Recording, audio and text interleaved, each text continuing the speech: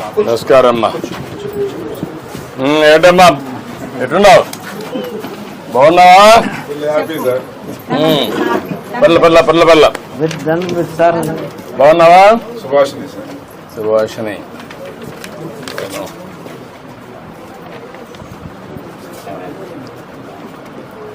మీ అమ్మాయి మనవరాలు. వాళ్ళ తండ్రి వెళ్ళిపోయాడు సార్. ఇల్లు వదిలిపెట్టి వెళ్ళిపోయాడు కదా. ఇద్దరు వచ్చినాక వెళ్ళిపోయాడు.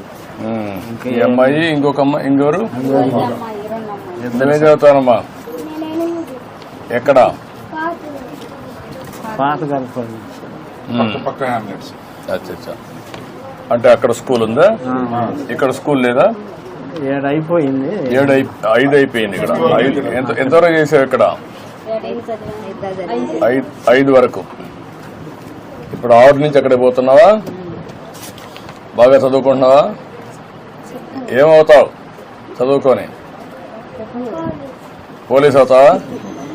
అంటే పోలీస్ అంటే అందరూ కొట్టొచ్చనా? ఏం చేస్తావు పోలీస్ అయ్యి? ఏం చేస్తావు? ప్రజలను కాపాడతావా?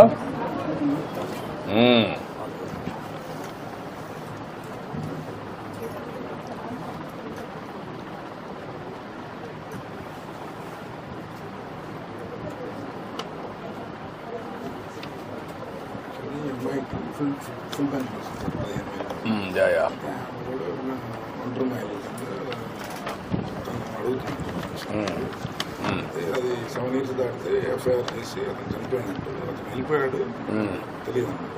ఎఫ్ఐఆర్ చేశాను 10 years సార్ వెళ్ళిపోయి 7 years దాటితే తీసుకుంటారు సార్ పోలీసు. మన ఎఫ్ఐఆర్ కూడా సంవత్సరం గారు రాపించారు. రిపోర్ట్ రాగానే అట్లానే పాపకి రెసిడెన్షియల్ స్కూల్లో సీట్ అడిగారు సార్. పాపకి 8th క్లాస్కి. మనం ఇప్పుడు వచ్చే అకాడమిక్ ఇయర్ లో అమ్మాయిని సోషల్ వెల్ఫేర్ గురుకుల పాఠశాల గర్ల్స్ ఉంది బాపట్లలో కస్తూర్బాలో అడ్మిషన్ చేపిస్తాం. రెండు ఇల్లు ఒకటే? ఇల్లు ఒకటే సార్. ఏమంటారు? ఒకటే సార్ ఇల్లు. మాది ఇల్లు. ఆ అమ్మాయికి ఇల్లు లేదు సార్. మా కాడ ఉంటుంది. పెయిన్ట్ వెళ్ళిపోయిన కాడ నుంచి మా దగ్గర ఉంటుంది. అంటే నా అమ్మాయి అవుతారు ముందు ఎంతమంది 3,000 పింఛన్ ఇచ్చేవారు సార్. ఇప్పుడు 15,000 వస్తున్నారు. మీ దయ వల్ల ఏదో బాగా బతుకుతున్నాము. ఈ అమ్మాయికి కూడా ఏదన్నా ఒంటరి మహిళ కింద పెన్షన్ ఇప్పించి ఆ అమ్మని ఏదైనా చదివించి ఏదైనా ఇల్లు కట్టి పెట్టే మార్గం చేద్దాం. నువ్వు కూడా చేయాలి కదా. అన్ని గవర్నమెంట్ అందరికి చేయలేం కదా. నువ్వు ఊహించలే కదా. అమ్మాయికి 15,000 ఇస్తున్నాం కదా. మానవతా దృక్పథం వచ్చిన డబ్బులంతా ఇలాంటి పేద పిల్లలకి, దిక్కు లేనటువంటి వాళ్ళకి, బాగా కష్టంలో ఉండి నడవలేకుండా అలాంటి పిల్లల్ని మీరు ఎవరినో ఒకరు చూసుకోవాలి. అందుకనే 15,000 ఇస్తున్నాం. ఎవరో ఒకరు ఉండాలి కాబట్టి అందుకే 15,000 ఇస్తున్నాం. సరే అదే మరి అన్ని చేయాలనుకుని 5 సార్లు పెరిగింది కదమ్మా. 5 సార్లు పెరిగింది. అదే మరి అన్ని చేస్తున్నాం. అన్ని చేయాలంటే కూడా ఒకటేసారి మనం చేయలేం కదా. డబ్బులు కూడా ఉండాలి, సంపాదించాలి, పనులు చేయాలి, అప్పులు కట్టాలి, మీ పనులు జరగాలి, మళ్ళా ముందుకు తీసుకుపోవాలి. ఇవన్నీ ఎమ్మెల్యే గారు కూడా బాగా సహకరిస్తున్నాడు. బాగా పనులు చేస్తున్నాడు. మన బండి పిచ్చాడు ఎమ్మెల్యే గారు సార్. మీరు పని చేయండి. ఇది చేస్తూనే ఈ అమ్మాయికి పింఛన్ ఇచ్చేసేయండి, ఇల్లు కట్టి ఇచ్చేసేయండి. ఆ అమ్మాయిని చదివిస్తా ఉండండి. చూద్దాం ఏం చేయాలి. అమ్మాయిని చదివించండి. మీరు కూడా చదివండి. నేను మాట్లాడతాను. కొంచెం సామర్థ్య లేదు సార్. ఏదన్నా దయచేసి అదే మేము చదివిచ్చే సామర్థ ఏదో మీరు